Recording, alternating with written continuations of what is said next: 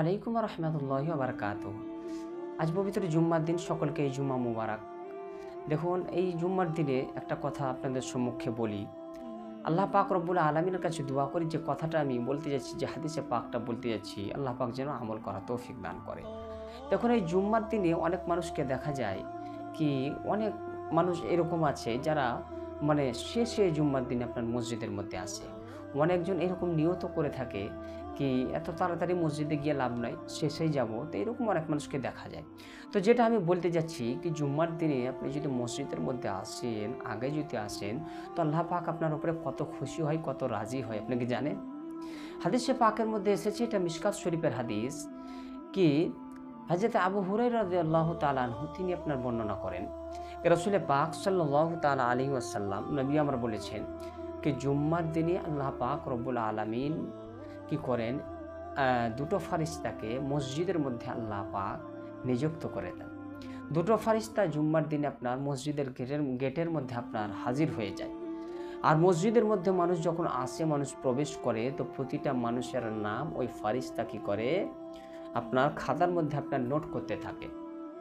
যে প্রথম আপনার মসজিদের মধ্যে যে প্রথম ব্যক্তি আপনার আসলো, আসার পথে প্রথম কাতারের মধ্যে বসলো, সেই ব্যক্তির নাম আপনার ফারিস্তা নোট করলো। বলা হয় যে প্রথম যেই ব্যক্তি মসজিদের মধ্যে আসবে এবং প্রথম কাতারের মধ্যে বসবে, তাকে আল্লাহ পাক কত নেকি দেয় জানেন? সুবহানাল্লাহ। বলা হয়েছে একটা উটের পিঠের মধ্যে যতটা লোম থাকে, ততটা পরিমাণ আল্লাহ পাক নেকি আপনার লিখে দেয়। জি, সুবহানাল্লাহি ওয়া বিহামদিহি। তাহলে বোঝা গেল, আপনি যদি প্রথম মসজিদের মধ্যে আসেন, আজান দেওয়ার সাথে সাথে মসজিদের মধ্যে এসে আপনি জিক্র আজকারের মধ্যে মগ্ন হয়ে যান, তো সুবহানাল্লাহ, আল্লাহ পাক আপনাকে নেকিও দিবে, আর আল্লাহ পাক আপনার উপরে কত খুশি হয়, সেটা হাদিস থেকে বোঝা গেল। দ্বিতীয় নম্বর হলো, বলা হয়েছে দ্বিতীয় নম্বর ব্যক্তি যে মসজিদের মধ্যে আসে, আল্লাহর ফারিস্তা তারও নাম আপনার ডায়েরির মধ্যে লেখে। আর সেই ব্যক্তির নাম লেখার পরে সেই ব্যক্তি যখন সাফের মধ্যে, কাতারের মধ্যে এসে বসে, তো বলা হয়েছে একটা আপনার গায়ে একটা গরুর পিঠের মধ্যে যতটা লোম থাকে, ততটা পরিমাণ নেকি আল্লাহ তার নামে আমলে লিখে দেয়। সুবহানাল্লাহ, সুবহানাল্লাহ। তাহলে বোঝা গেল কত নেকি। তৃতীয় ব্যক্তি যে মসজিদের মধ্যে প্রবেশ করে, তারও নাম ফারিস্তা আপনার লেখে, এবং বলা হয়েছে তার কতটা নেকি। তারও নামে আমলে বলা হয়েছে কি, একটা দুম্বার পিঠের মধ্যে যতটা আপনার লোম থাকে, ততটা পরিমাণ নেকি আল্লাহ পাক তারও নামে আমলে লিখে দেয়। সুবহানাল্লাহ। তাহলে বোঝা গেল নেকির উপরে নেকি। আল্লাহ পাক কত আপনার অফার রেখেছে আমাদের জন্য, কিন্তু এগুলো আমরা নিতে শিখলাম না। বলা হয়েছে এই নামগুলো লেখার পরে ফারিস্তা কি করে, যখন খুতবা, ইমাম সাহেব খুতবা আরম্ভ করে, তারা ডায়েরি বন্ধ করে কাগজপত্রকে গুছিয়ে নেওয়ার পরে তারাও কিন্তু ইমাম সাহেবের যে খুতবা আপনার পাঠ করা হয়, ওই খুতবা তারাও শুনতে আপনার থাকেন। সুবহানাল্লাহি ওয়া বিহামদিহি। তাহলে বেরাদার, যেটা আমি বলতে যাচ্ছি কি, আল্লাহ পাক রব্বুল আলামিন নেকির উপরে নেকি আপনার রেখে দিয়েছে। ওই নেকিগুলো আমরা নিতে শিখলাম না। আজকে আমাদেরকে শিখতে হবে সেই নেকিগুলো নেওয়ার।